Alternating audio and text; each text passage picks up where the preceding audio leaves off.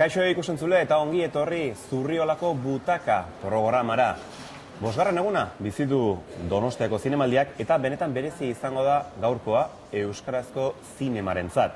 Sail ofizialean Loreak filma aurkeztuko dute atzo, gogora ezagun Jose Mari Goenaga eta Jon Garaño zuzendariekin hitz egin genuela hementxe saio honetan. Eta bereziki urduri ikusi genituen eta beraz ikusi beharko da Loreak filmak zein harrera izaten duen dagoeneko. Atzo, prentxapase bat egin zuten eta batzuk ikusi dute, sare sozialetan agertu diraien bat iritzi, baina hurrengo egunetan jakingo dugu zer nolako harrera izaten duen euskarazko film honek. Aipatu behar dugu era berean, gaurkoan adituei galetuko diogula Loreak filmari buruz, eta horretarako gaurkoan gurekin izango dira, Berriarako idazten dabilen Gonzalo Agote eta Arriako Mikel Garzia. Aurrez, Angela Larondo, Irizar sariko epaimaikiderekin hitz egingo dugu, baina programari hasiera emateko Nestor Basterretxea artistaren figura omendu eta ekarriko dugu saiora. Señales de vida, Nestor Basterretxea dokumentalazariko gara segituan Gentzane Martínez de Osaba zuzendariarekin.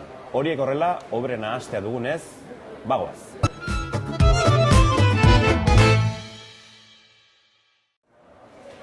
Uztailaren 12an zendu zen Nestor Basterretxea. Oraindik gogoan dugu, berak urte hauetan denetan utzitako ondarea, eta noski jakina denez, gurean geratu da eta oraindik ere goza dezakegu bere ekarpenarekin.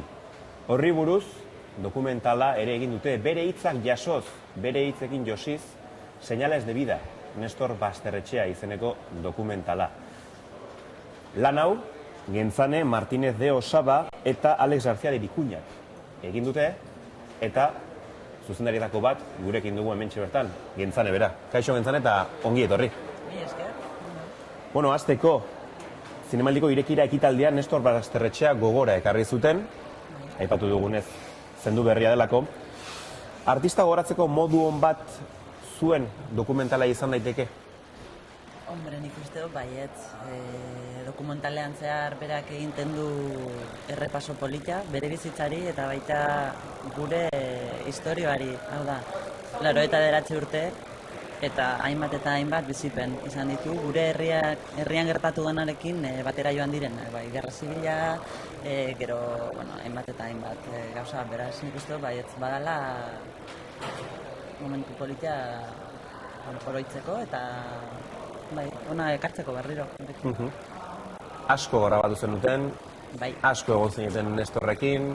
Gogoratu beharko bazen nolako izan zen prozesu hori dena, elkarrizketa horiek, atontzea, bererekin hitz egiterako orduan ingurua. Nolako izan zen prozesua? Oso, ez zan nolakoa izan. Gu gara oso ekipo txikia.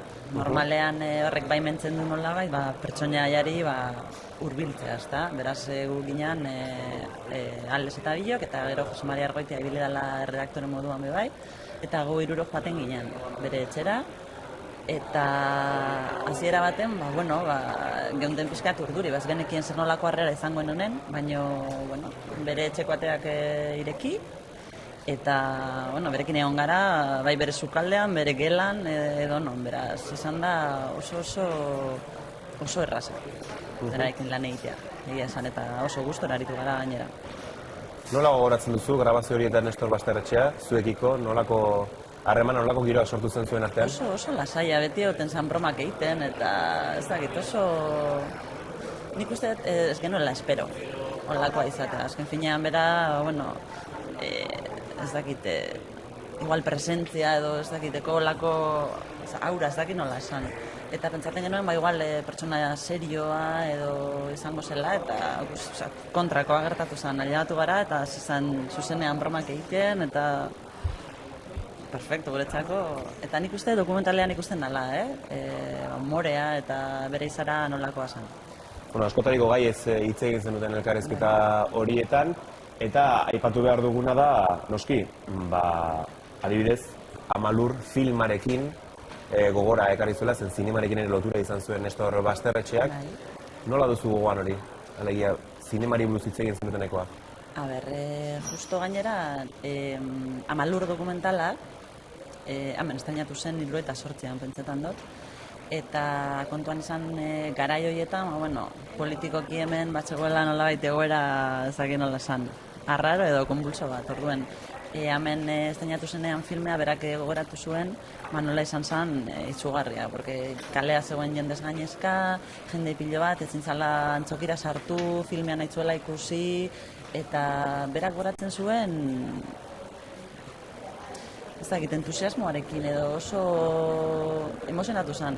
Ez dakit nola esan, berak bebai esan zuen, garai hartan egin zuela pelikula, baina egun igual ez zuela egingo, Gai horietan, denon geundela nola Frankoren aurka, edo nahi hola gure identitatea eta kultura pixka bat erribindikatu, da igual orain, gaur egun, ez dakit egingo zuela edo ez, eta baina Amalur da oso pelikula importantea gure zinemaren historioan, ikuste. Igual ez dakitan esango nuken dala lehengo dokumentala, Euskal Herriari buruz egintzena, baina bai dala pelikula ezinbestekoa.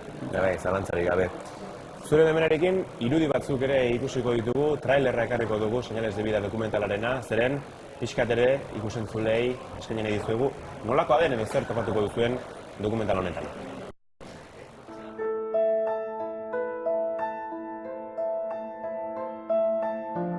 Empecé como todos dibujando,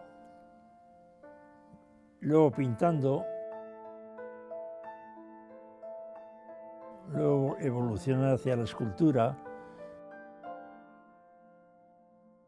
Me interesó el diseño industrial, el diseño gráfico,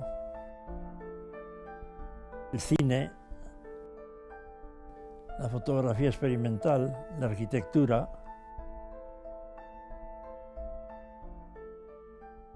Profesión. Múltiple.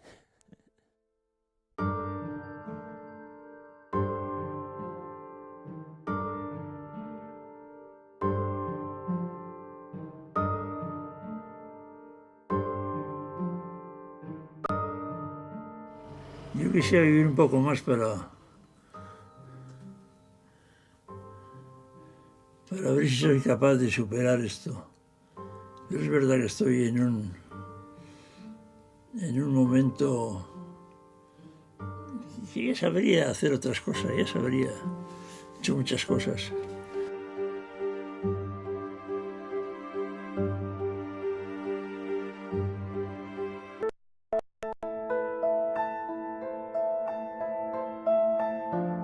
Empecé como todos dibujando, luego pintando, luego evolucioné hacia la escultura. Me interesó el diseño industrial, el diseño gráfico, el cine, la fotografía experimental, la arquitectura.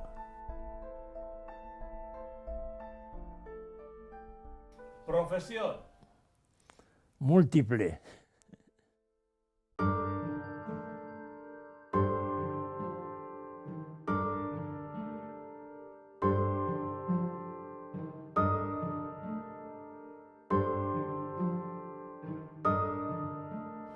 Yo quisiera vivir un poco más para ver si soy capaz de superar esto. Pero es verdad que estoy en un momento que ya sabría hacer otras cosas, ya sabría hecho muchas cosas.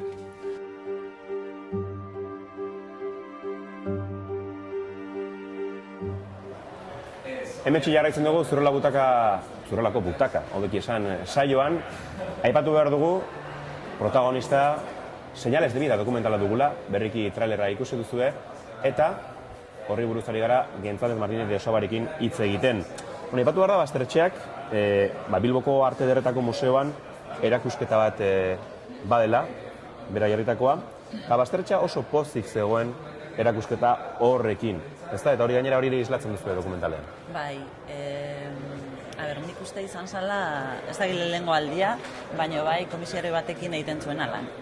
Orduan normalean, bere hitzetan gainera, Normalean berak antolatzen zituen egindako erakusketak, eta eta Arte Ederretako Museoan egin behar zioten atzera behirako horretan, salen lehengo aldia komisario batekin egiten zuen lan. Eta, berak esan, nik utzi diot berari egiten, nahi izan duena. Gero joango naiz ikustera zer egin duen, eta nik uste horregaitik zegoela nahiko urduri, dokumentalean ikusten dabe bai, justo inaugurazioaren lehengo, orduetan edo, inaugurazio egun horren lehengo orduetan, hotelera joan ginen, eta oso urduri zegoen.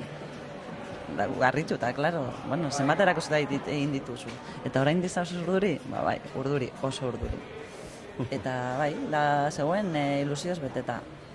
Hori da, beste gauza bat, erakutsi ziguna. Naiz eta, denetarik egin, 89 urte izan, eta zinema intzan arkitekturan, porque egin dauz bai arkitekturan gauza txikia, baina egin ditu, maketak, eta banatarik, eta orain dikan ere, hori ilusio horrekin, ezta? Eta hori ikusten da, islatzen da filmean bai.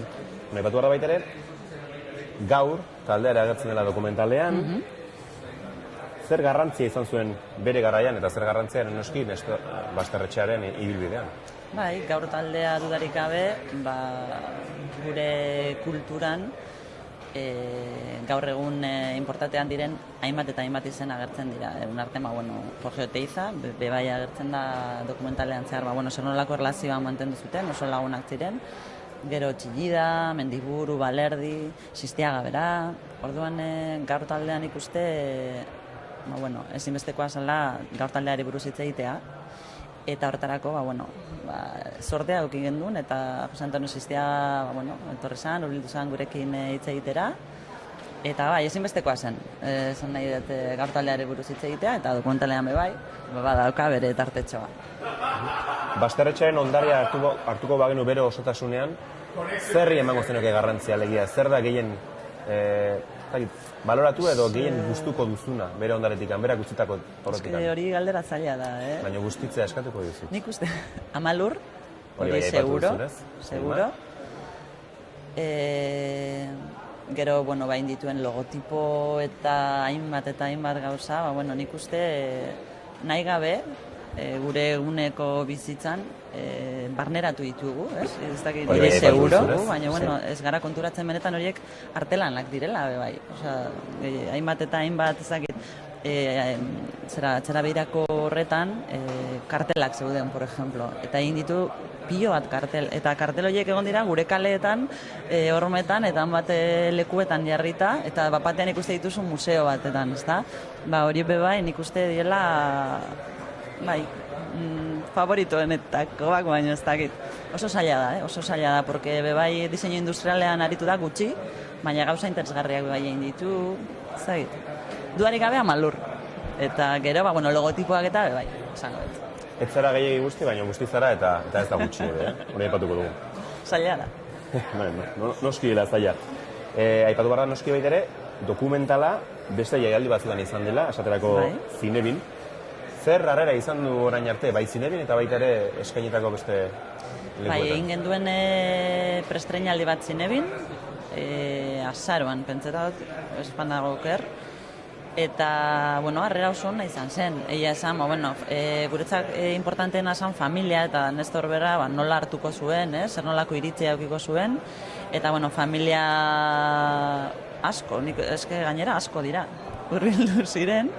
Eta, harrera ona, eta, gustatu zaie pilo bat, oso gustora gelitu dira, eta gero Nestor bera bebai, ezin esan zuen etorri.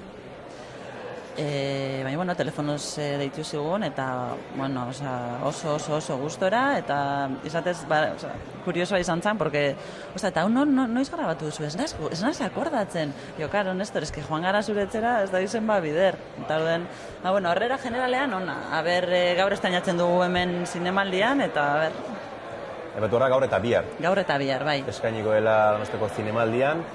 Zer espero duzu, kasu honetan, hemen eskaintzea, zeren ere, Nestor Basterretxearen figura zinemaldiak berak gogora ekarri badu, dokumentalak ere badu pizgarri hori, jendeak ikusten eta goza dezan. Bai, espero dugu jende, bueno, ez dakit aretoa beteko dan, baina, bueno, behintzat, bai, jende asko hurbiltzea, azken finean esan duzunez, bueno, Nestorrek badauka lotura bat zinemaldiarekin, eta, bueno, nik uste, bai, badala puzgarri bat, eta, bueno, nik uste jendea, ez dakit harrituko dan, baina, bueno, nik uste jendea generalean ezagutzen duela Nestorren, ez dakit, parte bat, dela Nestor artista, baina Nestor gizona edo Nestor pertsona ez du ezagutzen. Eta nik uste dokumentalean hori bai, ikusten dela, eta ikusten du nola da, bueno, izan daitekela zure aitona edo nire da pertsona bat, eta hori nik uste gustora ikusiko dutela horrexegatik.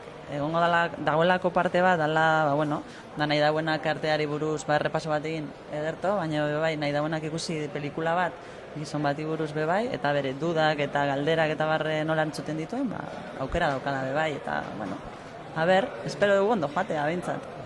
Zinemaldia normalean, zinema, izarrak, izaten dira protagonista, baina askotan ez dakit ahazten zaigun edo ez, baina zinemaldian ere dokumentalak eskaintzen direla ez, eta hori nabarmendu beharko litzateke, alegia, zuena bezala beste asko ikus daitezke, zuena ere bai, eta dokumentalak ere garrantzia dutela zinemaldian, eta aukera hon badela, bestelako eskasunetan fikzioa, baizik eta baiteko kontaketak ere pantaila handian ikusteko. Bai, izan ere nik uste dela lehengo urtea, zinemira sekzioan, por ejemplo, pelikula danak, dokumentalak dienak. Arrazoi. Eta, klaro, hori izugarria da. Osea, guk ez bat urte dara matzagun ja, bueno, dokumentalean murgilduta, eta bai nabaritu dugula nolabait, oraindik falta da, baina bai nabaritzen dela nolabait interesa hasi dela. Bai publikoaren interesa, eta baita nolabait instituzioek hasi dira pixka bat buelta moten eta dokumentalari, bueno, kasu egiten. Oraindik falta da pilo bat, porque fikzioak dauka, bueno, laguntzaren euneko ez daki, baina, bueno, balantzaz dago bat ere ekilibratuta, ez da? Baina, bai, nik uste dokumentala badala garaia, nolabait generoa hori erreibindikatzeko, gainera oso merkea da, nahi baduzu dokumentalak egitea, orduen ez da egite, eta nolabait dokumentalak baimentzen duena nik uste, eta hori da importanteena da, nolabait gure memoria historikoa egiten dugula, ez da? Eraikitzen hori da, bultzada bat emon, eta nik uste hori garrantzitsua dela, eta nolabait laguntza gehiago behar dituela dokumentalak. Bai eman dugula pausu bat, eta hori da, zinemira sekzioari begiratzen bai, nabarmena da, baina oraindik falta da, eta nik espero dut, pausu gehiago emotea. Zinemaldian, gaur eta bera aurkeztuko duzue, baina zinemaldian bertan ere bide bat ireki nahi duzue dokumentala banatu alizateko, hobeto erakutsi alizateko, Euskal Herri mailan, Euskal Herritik kanpo, nola doa bide hori? Bueno, izatez, espero dugu nolabait zinemaldian, banatzaileren bat, interesa behintzat eukitzea pelikulan, eta, hori, alizatea, baimentzea behintzat, pelikula, hemendikat ere, aukera eukitzeko, ikusteko, ez da? Eta gero, uno seguruenik ingo duguna da, edo behintzat saiatuko gara, zirkuito hori, udalena, edo herri joatea, eta hola, azken finean, dokumentala da gure kultura eta gure historian ez datitzo bat, jarri dezagun, eta jendeak ikusteko eta ikasteko bai, norsan Nestor Basterretxea, eta behintzat, bide horretatik lortzen dugun. Bukatzeko bi galdera, batetik, ez dakit soilik ari zareten momentu honetan dokumental hau lantzen, banatzeko, edo eta dagoeneko proiektu berritan pentsatzen hasi zareten? Bai, klaro, beti dagoz proiektuak. Justo ontxe ari gara, gure beste artista bati buruz, dokumental bat aurrera ateratzen, justo da Txillida. Ingen duen bai, guk egin dugu lan programa kultura bat egiten, eta hainbat izen ditugu, gure gustokoak diezenak arte munduan, eta Euskal Herriko kulturan eta ari gara pizkanaka, egin dugu Nestor Basterretxea, eta orain Txillida, Oteiza bebai, Oteizari buruz egin dira gauza pilo bat, baino ari gara hori preprodukzioan, bai, nahi dugu, guretzako oso importantea da, eta erretu pertsonala gainera. Eta, bai, dagoz lantzen gauza bat Bueno, ez dut esango zer da, baina, bueno, bai, futbolaren inguruan edo, bai, oso gauza desberdina da, bai, baina, bueno, beti ere, naiz eta kulturan jarraitu nahi, eta, bueno, gure, digamos, monstruak edo gure izena handiak omentzen edo, bueno, berriro gure gana ekartzen, beti ere, beste bide batzu bai, jorraitu nahi ditugu eta probatu, behintzat. Eta du behar da, ekoiztetxe propioa duzuela, ezta? Bai, gara Marmoka Films, eta Alex eta Bilo gara produktore, zuzendari, ekipo tekniko, eta dana. Dokumentalak hori dauka. Bai, azken batean, lantalde txikia, baina lanerako gogotsu dagoena. Hori da. Ikusten duanez. Bukatzeko, zinemaldian bai, etorri zareta aurkezpenak egitera, eta beste, izango duzu gozatzeko aukera, dokumentalen bat ikusteko, filmenen bat ikusteko? Espero dugu. Momentuz atzo alegatu gara, momentuz ez du ezer ikusi, baina nik uste gaur bai, aukera izango gula, behintzat filme bat edo bi ikusi behar, eta nahi ditugu, sortea ekogun, eta, eskabatu gaitezken. Lana bai, aizialdia ere. Bai, derrigorrezkoa da. Derrigorrezkoa da. Gentzan, emi esker gure butaka honetan egoteagatik, eta zorterik onena, banatzeko, eta eraberean, Señales de vida Nestor Basterretxea dokumentalak, harrera ona izan dezan, Donostiako zinemaldian. Mi esker zuei. Eta gunoski, jarraitu behar dugu aurrera, sail ofizialean, aipatu behar da, kritika ezkor dezente jaso dituela Automata izeneko filmak, baina jakin dugunez, Ameriketako Estatu Batuetan kritika honik ere, izan zuen, eta hori bada ere zerbait. Berreko lankideak Igor Legarreta filmeko gidoilariarekin izan ziren, eta hemen duzue berak kontatutakoa.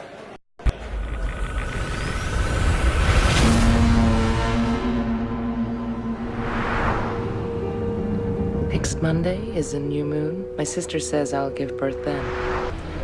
Automata zientzia fikzioso pelikula bat da, eta ikusiko duguna da oso etorkizun hurbila, bai? Eta etorkizun honetan ikusiko dugu zerbait berezia, bitxia, bizitzarentzat, gizakien bizitzarentzat, bai? Orduan, bizitza bera da oso gai importantea. Automatan.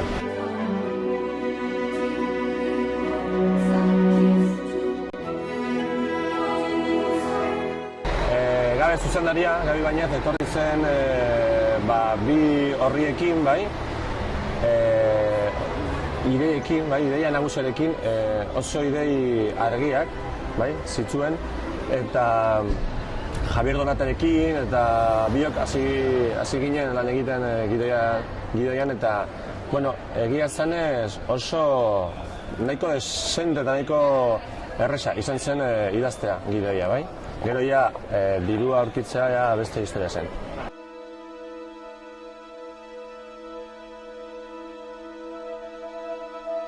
Antoniok irakurri zuen gidoia eta, izugarri gustatu zitzaion gidoia, eta, hasi zen mugitzen, dirua lortzeko, eta ez zen erratza, bai? Ze nahiko pelikula berezia da, eta, dirua lortzeko, egon zen hor lan taran, eta, azkenean lortu zuen, eta hemen gaude.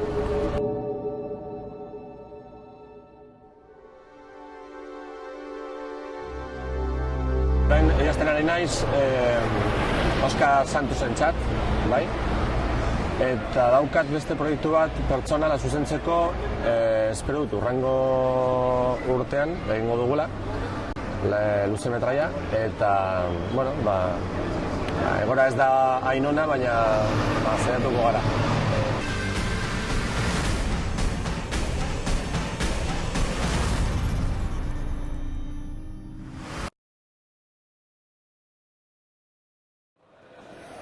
Bestelako protagonistak ere onartzen ditugu gure Zurrolako butaka honetan. Alboan ikusiko duzue Angel Aldarondo, laizteri izango berarekin, zeren zinegilea da, baino Donostiako zinemaldiaren 72. ekitaldian bestelako gauzekin ari da, besterik zure baimenarekin, hau ikustea besterik ez dago, tokatu zaio epaimaiki izatea ere, eroritzen du kafea ardezan lasai, zeren erritmo luzea darama zinemaldian. Lehen da bizi, Urtzi Urkizu, saioko zuzendariarekin eta berriako kidere badenarekin hitz egingo dugu, zeren atzokoan gu hiruak Munbaiten izan ginen, zintuan ikusi, baina badakit antzebiltzara, sari bat jaso zenuen, horri buruz ere hitz egingo dugu. Baina Kontseiluaren Euskarazko film laburren lehiaketaren sari banaketa izan genuen Handiakaleko Kutsaretoan, irabazleak ezagutu genituen, eta labur bada ere, horri buruz hitz egin nahiko nuke zurekin Urtzi, gerora ikusteko ekitaldiak eman zen, baina hasteko zer iruditu ekitaldea eta ikusi genuena. Lehendabizi esan behar da, bideo bat eman zutela euskarak jaso duen errepresioen inguruan eta euskaren kontrako erasoekin David Anaut eta Juan Mari Torrealdairen testigantzak jasotzen dituen bideo bat, eta gero izan ziren film laburrak, amaterrak, hiru korto, eta profesionalen arloan beste 3.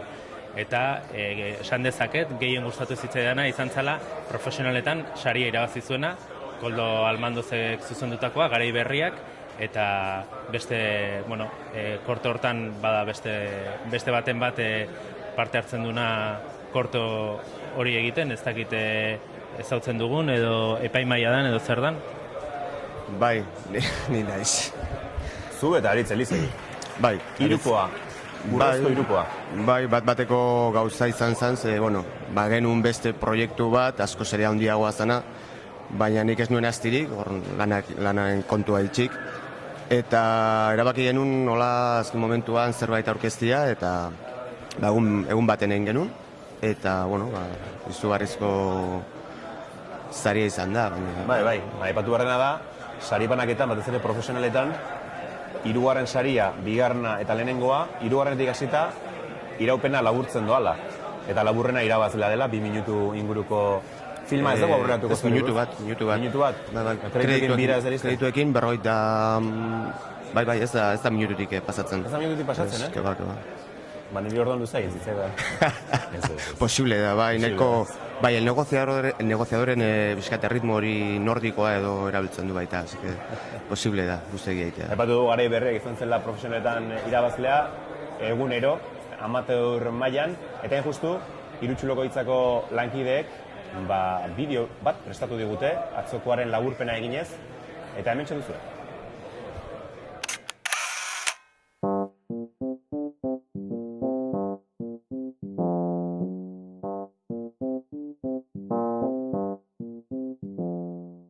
Oso pozik gaude film laburren lehiaketa honetan Kontseiluarekin kolaboratzeagatik. Zinema eta euskara elkartzeko era polita da eta Kontseiluari eskerrak eman nahi dizkiogu ekintza honetan parte hartzeko eman digun aukeragatik. Eskerrik asko. Eta euskaraz bizi nahi dut film labur lehiaketako amateurreko ataleko lehenengo saria. Egunero laburrarentzat.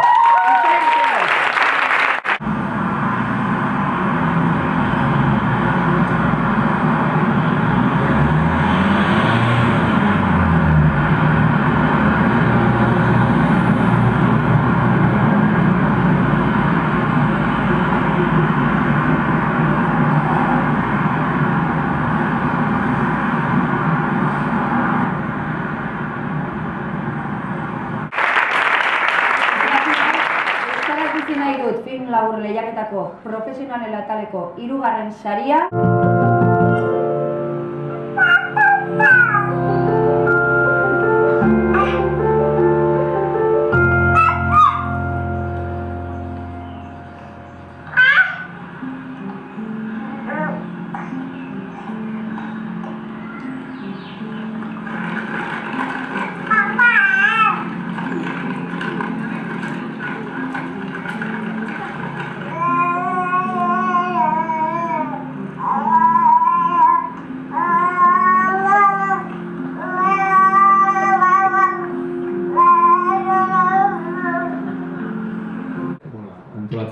Kontseiluei, eta hau posible egiteagatik parte hartzen duzun guztiei.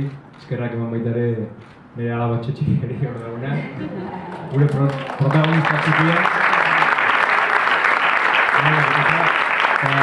Hori, guk pentsatu nahi dugu, euskaldun txiki bat etxean daukagula eta pixkanaka gure egin dugu eta lortuko dugu pixkanaka. Edan atazu laburrarentzat.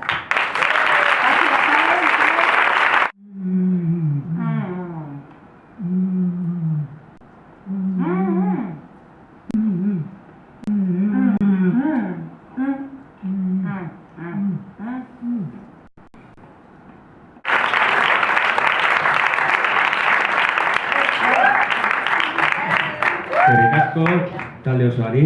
Oraindik ez da bukatuta, baina, eskerrik asko. Laburren lehiaketako profesionalen ataleko lehenengo, irabazlea, garai berriak.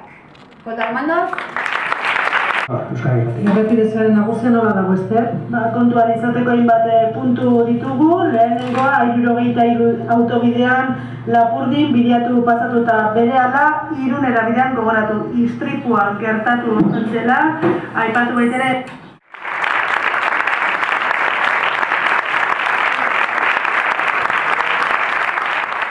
Pelikula labur-laburra da eta erantzunak edo mezuak eman beharrean pelikula galderak eta kontraesanak eta paradoxak edo azaleratzeko balio duela edo balio dezakela esango nuke. Zinetik gehiago kontatu ere, pelikulak 2 minutu dituelako apenas, baina, ez dakit, asmoa justu hori izan, ez? Gaia zein den ikusita, eta euskara zabaldu, eta guztiok euskaraz ikastaren asunto horrekin, horrek ere izan sortu ditzakela bere kontraesanak.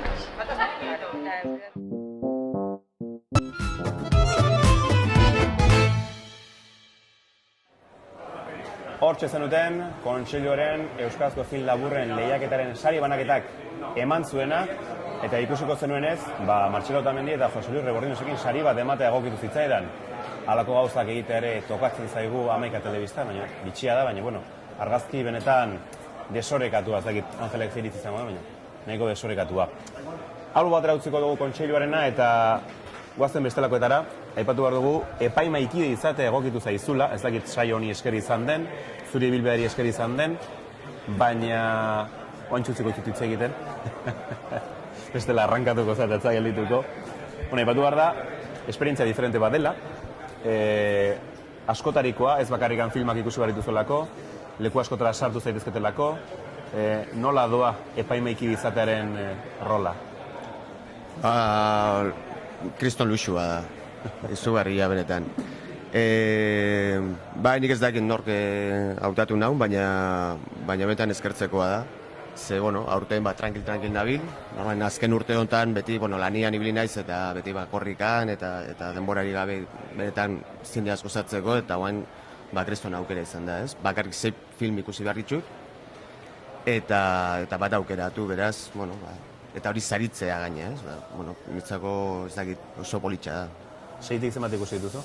2 bakarrik, gaur loreak tokatzen zaigu eta beste 3 heltzen dira. Eta orain arte ikusitako ez hitz egin dezakezu, edo ez? Ez, ezin da ezer esan. Ez zuekin, ez inorrekin, baina, horrek ere badu bere, ez dakit, olako pari bada, niretzat. Normalian, zinemaldian ere, nekatuta ibiltzen zea, ez? Kalitateatzen zea zinetik eta zeitzen zaizu hau pelikula, ez dakiz banik hau ikusiet da.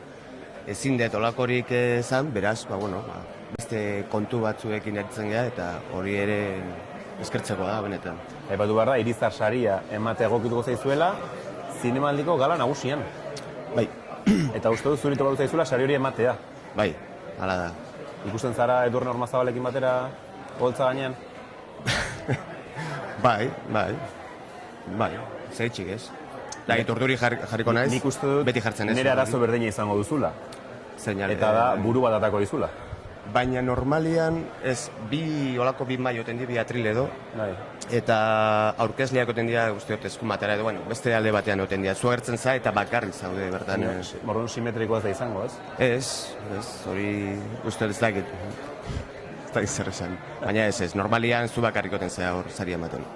Zuek bat duzu nolait, isolatuta zaudela zinemalditik, lan batera, 6 pelikula ikusi, badakitu zuela bakarrikan pelikulak ikusten. Baina bestela nola izara bizitzen zinemaldia, nola izara gozatzen ikusten ari zarena, 72. ekitaldia, kanpotik begiratuta, eta diferente, nola izara ikusten? Ondo, ez dakit, ikusi duena ondo egon da, pelikulak eta guztua ikusi ditut, eta gero nahiko era ludiko batean gozatzen ari naiz, gustora, eta hori, epaimaikidea izanez, ezin dut lagun askorekin hitz egin, adibidez, momentu honetan daude pentsa aurrean Garaño eta Goenaga eta bar, laguna dianak, baina ezin dut eurekin egon, ez da kainarik hartu, ez da solasaldi baten egon. Abantaiak eta desabantaiak. Ba, kasu honetan ez da abantaia ze laguna dia, baina, bueno. Igandikan aurrera nahi beste? Bai, bueno, ikusiko. Esnatzen zaren igandean, hortik aurrera ja, edo zein egin zein, eta, bueno, sentitzen dut, edo bati esan, bestari esan. Zorionak, edo non dago nire... nire saria. Nire jamoia. Bueno, batu gara, Irizar sari horretan, zu zaudela, Rafa Berri dagoela, eta 3. material bat daugazula, ezta? Bai, Isabel Ergera. Hori da. Zer dagoeneko hasi zarete zuen artean hitz egiten ikusitakoaz? Bai, filmak ikusi eta segitxuan ja horri buruz hitz egiten hasten geha. Nik ez nuen nahi, zen nahiago hor azken momentuan behin denak ikusita zure iritzia eman eta hor adostu edo saiatu bentzat. Baina filma ikusi hor momentu horretan gainea handikan ez dakizu ez daukazu argi ze iritzi duzun eta horre goten geha saiatzen batez ere, gauzak argitzen joateko eta azken momentuan bentzat errezago gorazteko edo goratzeko ze ikusi genuen edo ze...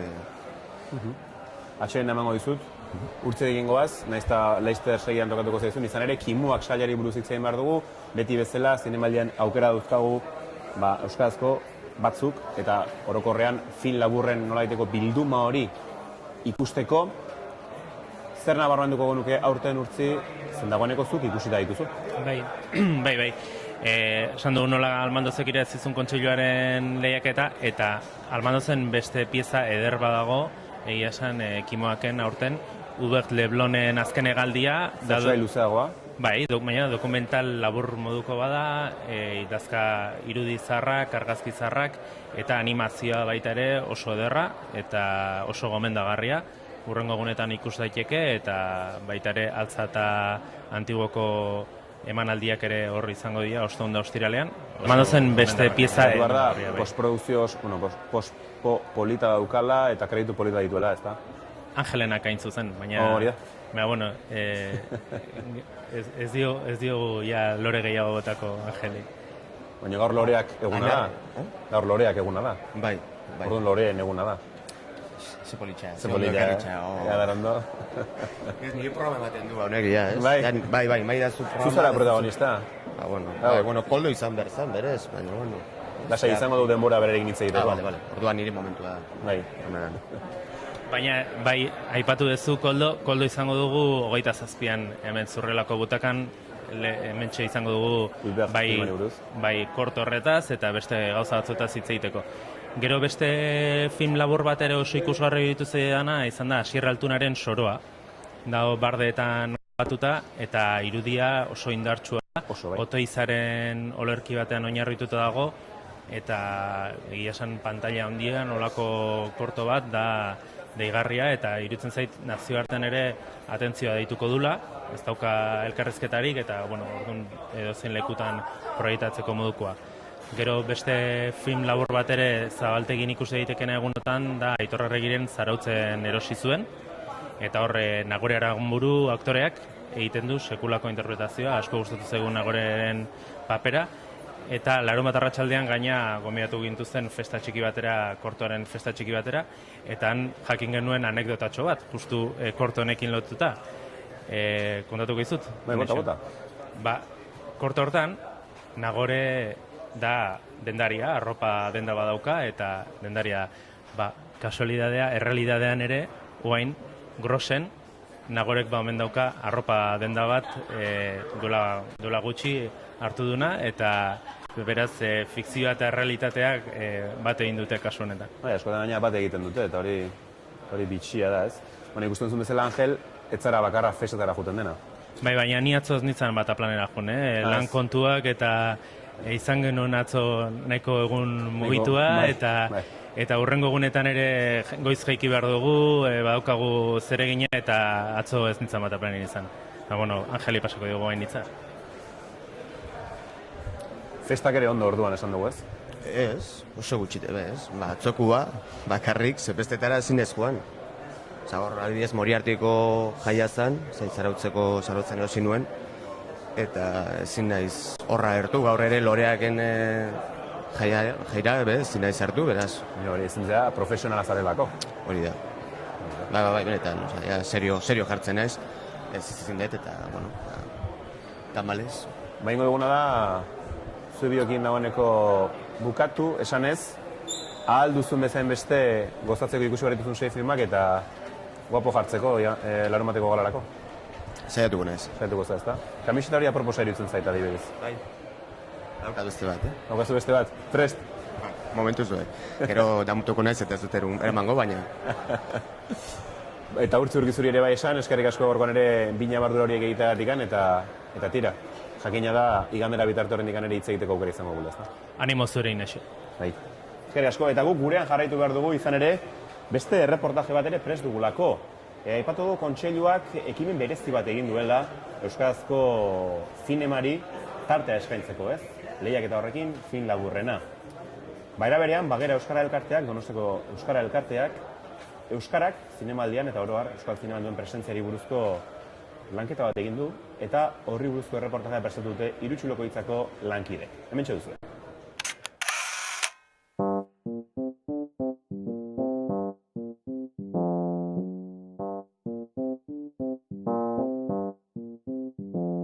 Orain dela 20 urte, hasi ginen hizkuntza erabilerarekin, aztertzen, eta, bueno, ikusi dugu aurrera pauso handiak eman direla, baina ere oraindik asko dagoela egiteko, hasierako zinemaniri horretan, bai ingurutan adibidez, konturatzen ginen, euskaraz ez ekiten dinamizatzaileak zeudela, filmetan ere euskara oso presentzia urria zeukala. Urte hauetako ere bilakaeran, Galetan adibidez ere, aurrera pausu txikiak eman dira, leno ere zeuden euskaraz ekiten jende aurkezpena egiten, orain aukera handia dago hori aldatzeko eta euskara tasak igotzeko, zeren normalean euskaldun bat egoten da, eta uste dugu horre aleginak egin behar direla euskara presentzia handiagoa izan dezan.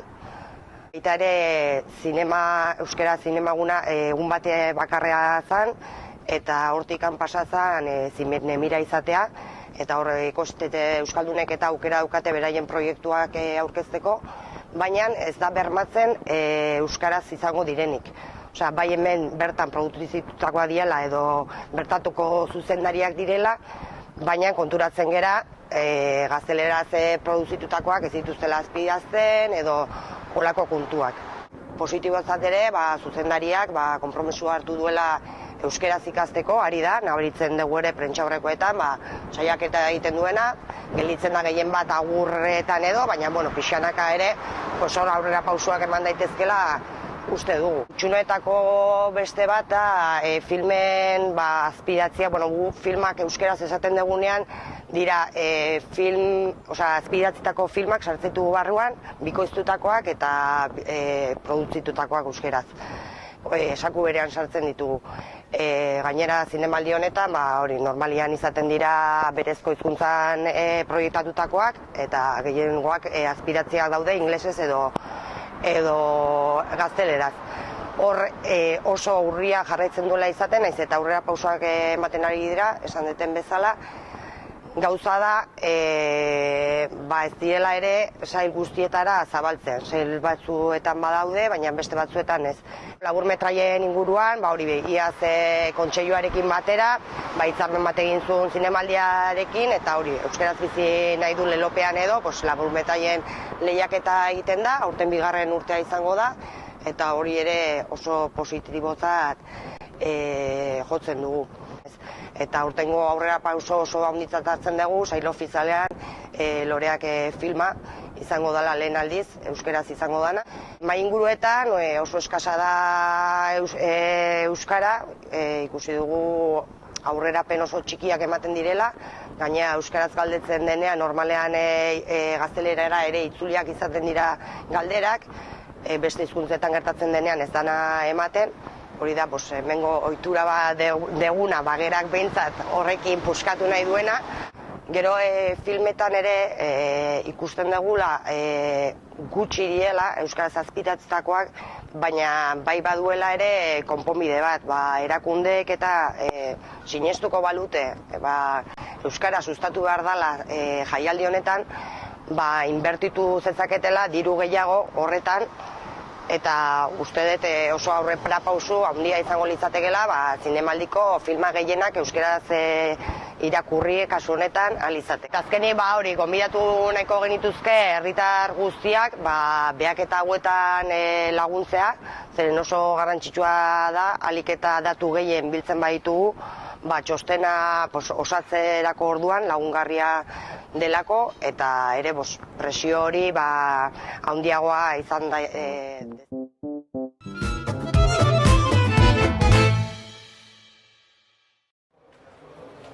Aipatu dugu euskarazko zinemak bere leku garrantzitsua gaurkoan duela Nostako Zinemaldian, Loreak filma sail ofizialean aurkeztuko delako. Eta noski, aipatu dizugu saio hasieran horri buruz hitz egin nahi dugula eta bestelako filmez ere gure adituen solas horretarako gurekin ditugu, batetik Gontzalo Agote, berarako idazten dabilen zinema aditua eta bere alboan Mikel García Argiako zinema kritikari, aditu eta askotarikoa esango dugu, ezta? Beraz, zurekin hasiko gara, Mikel, lana duzulako eta lana bete egin behar delako. Hasteko eta behin, Loreak filmari buruz galetu nahi nizuke. Zein iritzi duzuela orokorrean hartuta filma? Orokorrean hartuta oso pelikula ona iritu zait, asko gustatu zait, bai historioa, eta baita batez ere kontatzeko modua, ez? Nik uste aurreko pelikularekiko, 80 eguneanekiko, salto kualitatibo badagoela, bai narratiboki, bai formalki, eta ikusten da, ez? Nola zaintzen dituzten detaileak, estetika, eta oso pelikula, mimoz egindako pelikula badala, eta dotorezia hori eta sentsibilitate hori transmititzen duela, ez? Ez nau harritzen sail ofizialean egotiak, ez? Eta ben galdera pixkat potoloa, presioa egiteko edo ez dakit nola interpretatu. Sariren batera eman dezake? Banatuko diren sari guztien artik, sariren batera eman dezake? Nik uste dut, baiet, eraman dezakela. Egia da ni sail ofiziala ez naizela jarraitzen ari, baina, pelikula bera kontuan hartuta, nik uste dut, badituela aukerak, bai, zergatik ez. Oso lan txukuna da, esan dudan bezala, bai historioagatik, baina baita, bai gidoia, bai zuzendaritza, muntaketa lan izugarria dago, oso zaindua, aktoreak ere oso ondo ditu dutela iruditzen zait, beraz zergatik ez, bai. Bestelako filmak noski ere ikusi dituzu, gero raitzen Loreak buruz, zeren sail ofiziala bai dabil jarraitzen Gontzalo Agote. Negociador, atzo, zinemira gala, bertan eskaini zuten, Barre Algarak egon ziren, bestelakoak ere, zure iritzia? Bai, nik Barre Algararik ez nuen egin. Bai, Negociador Borjako Beagaren azken pelikula da, bera izan da 8 apellidos baskos berriki hain arrakastatxu aritu den filmaren eta No Controles, ez? 8 apellidos baskosen izan da gidoilaria eta hola, baina egia da pelikula hau oso tonu ezberdinan egina dagoela, tonu ilunagoa, tonu malenkoniatxu, eta Beaga gainera estena batzutan serio jartzen da, Euskal Gatazkaz gogoeta txiki batzuk egin nahian edo, eta gero sarri berriz, betiko topikoak eta txiste errazetara jotzen du, humorea bilatzen, da nik uste uztarketa horrek ez diola gehiegi funtzionatzen. Niri bentsat iruditu zaite nahiko irregular geratzen dela azkenerako eta baina semanita kutsua ez duela gainetik entzen. Niri iritzia palean bentsat. Halare baleko ematen diozu? Agian humore mota hori gustuko duenarentzat eta zer bilatuko du, baina esaten dudana hori ere ez da komedia, betiko komedia luso beak egiten duna, baizik eta nasketa bat egin nahi izan du komedia, egin nahi izan du baitere tonu serioagoa, gogo eta pixkat, eta uste pixkat azkenean gehatu dela ez bat ez bestea eta erdibidean irregular. Zure ustez 8 apellidos baskozen arrakasta errepikatuko du? Ez dut uste, baina auskalo bat edaki. 8 apellidos baskos ere ez da, zinematografikoki ez dakit ikusgarria eta kriston arrakasta izan du, fenomeno bat izan da, euskalo zergatik, orduan euskalo, ez dakit. Eta galdera bihurri bat, nola uste duzu itzuliko dutela izenburua ingelesera? Negotiator. Spanish Negotiator? Spanish Affair Negotiator edo lakon bat, euskalo. Negociador, Borjako Beagak aurkeztu duen filma Nostako Zinemaldian. Bestelako zer egiten beharko enuke zurekin, asko ikusi dituzu, baina, hiru aipatzarren, Catch Me Daddy, The Tribe edo eta Pasolini. Banan, bakoitza zer iruditu? Catch Me Daddytik hasita. Pues Catch Me Daddy, bueno, da bikote baten istorioa, karabana batean hiritik urrun bizi den bikote bat, ezkutuan bizi direlako, neskaren familiaren gandik ezkutuan edo iesi, baina zoriontsu dan bikotea, bueno, elkar maite dutelako eta oso gustura daudelako elkarrekin. Ariketa, bueno, neskaren aitak, ordaindutako gizonak, bere alaba etxera bueltatu arazteko, bikotea aurkitzen duen arte.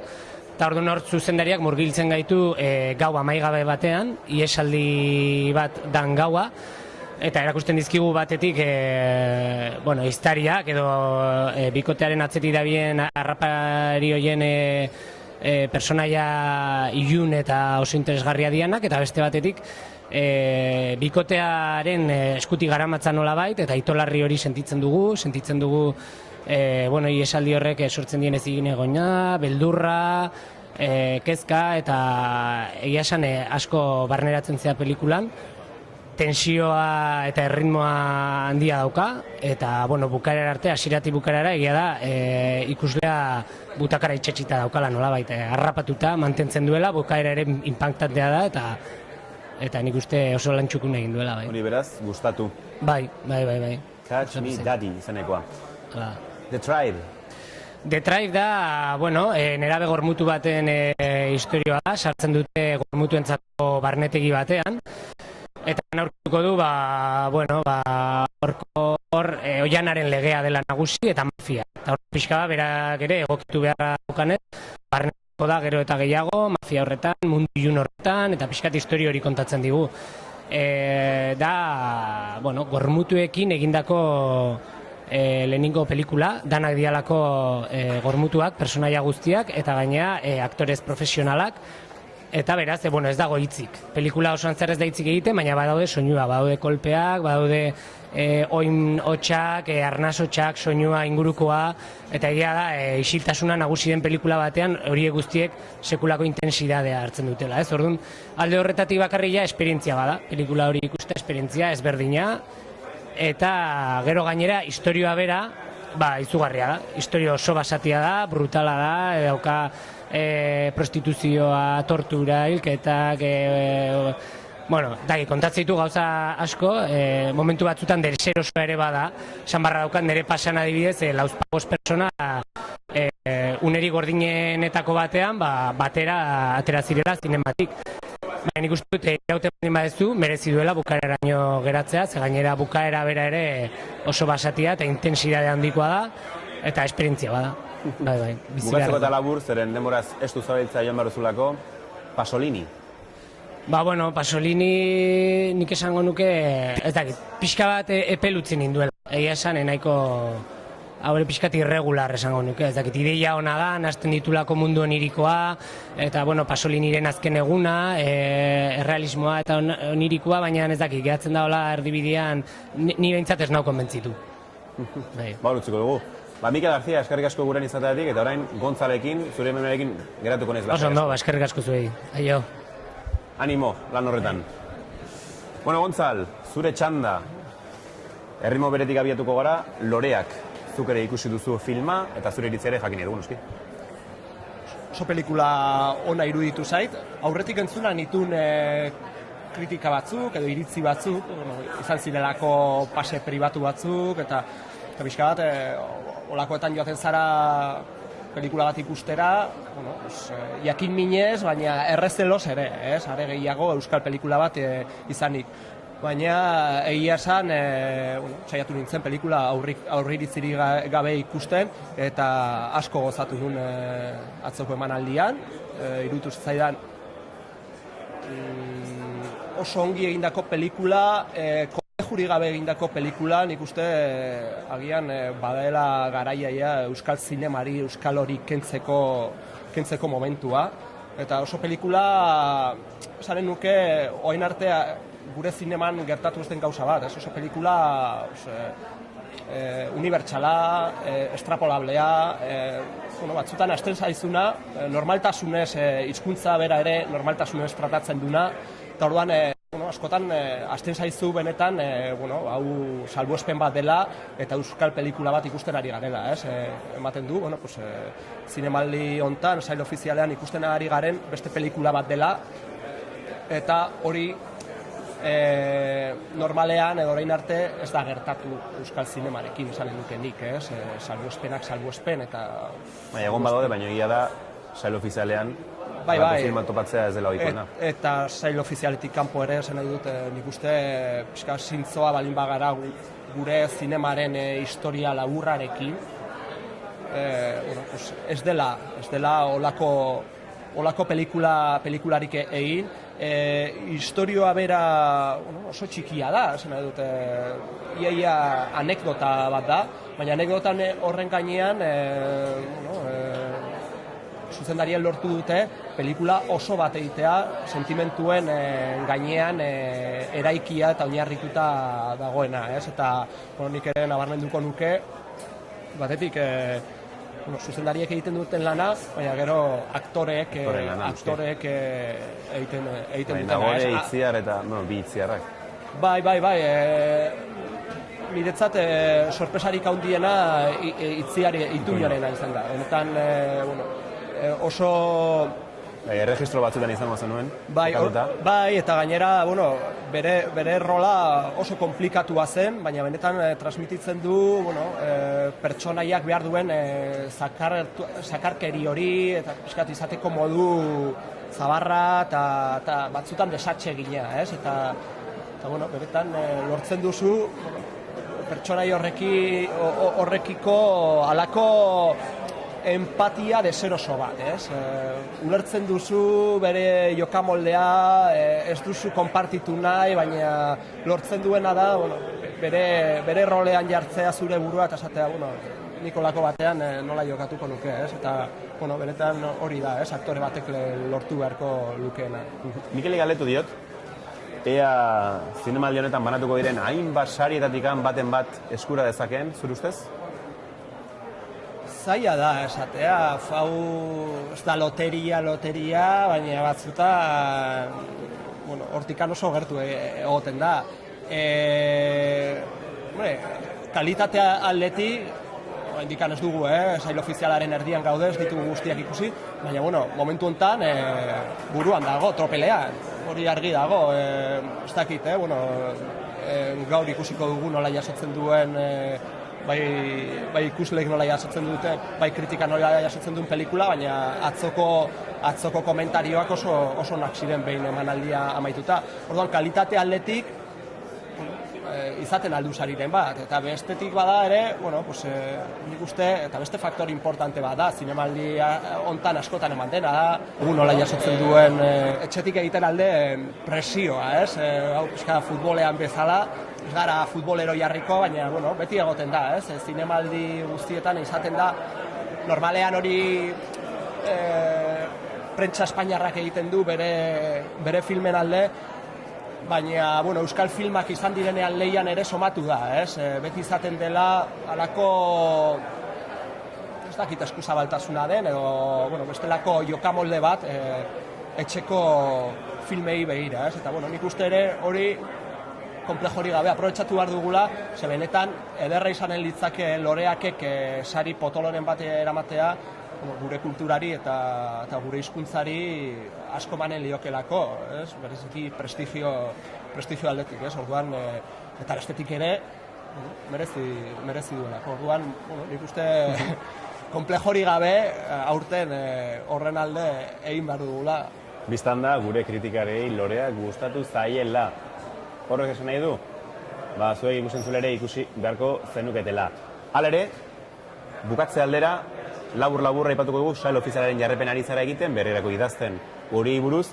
Berrik ikusi dituzunak, AEMO, Korearra, Casanova Variations, John Malkovichena, eta Phoenix dira. Horietako bat aukeratu gehien gustatu zaizuna, eta labur bada ere azaldu zergatik.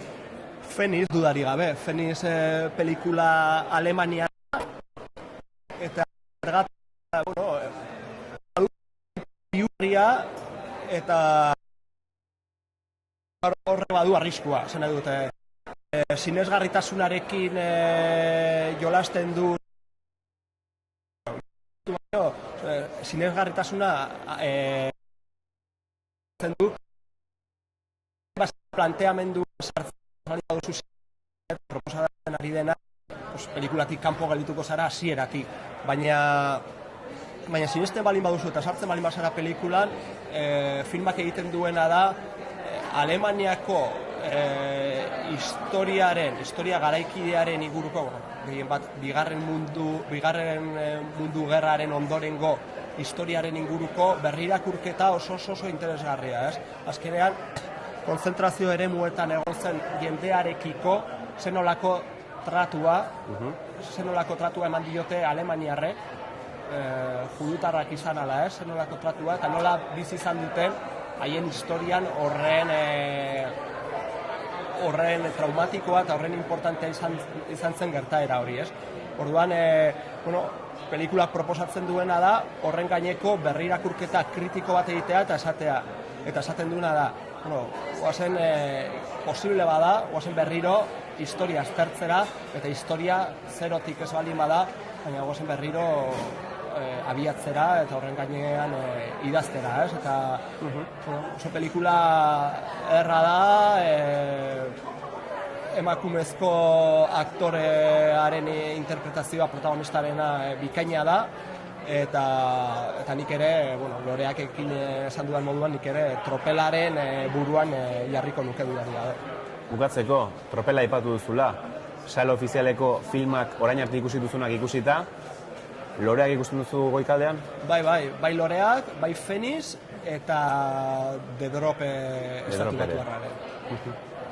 Baina, haindikan erdia falta zaigu. Erdia falta da hori da, haindikan ere luze doa sail ofiziala, beraz. Gontzalo Gote, eskerrik asko gure izateatikan, geratu gurekin, saioa agurtzen dugun bitartean, izan ere, gu dagoeneko mozteko parada ere hartu beharko dugu. Baina noski, normalean argiak itzaltzen ditugunean, beti dugu zerbait prest, eta zer da hori, gomendioa. Gure zuzendariak, urtzukizuk beti, saio bakoitzerako gomendio bat, film gomendio bat prestatzen digu, eta gaurkoan, Ventos de Agosto, pelikula da seinalatu diguna. Gabriel Mascaro, brasildarraren filma da, bera da zuzendaria, eta Horizontes Latinos sailean topatuko duzue. Aipaturiko filmaren trailarekin bagoaz, bihar itzuliko gara Zurrolako Butaka saioan, eta noski, hortxe, bestaldean, espero zaituztegu. Bihar arte.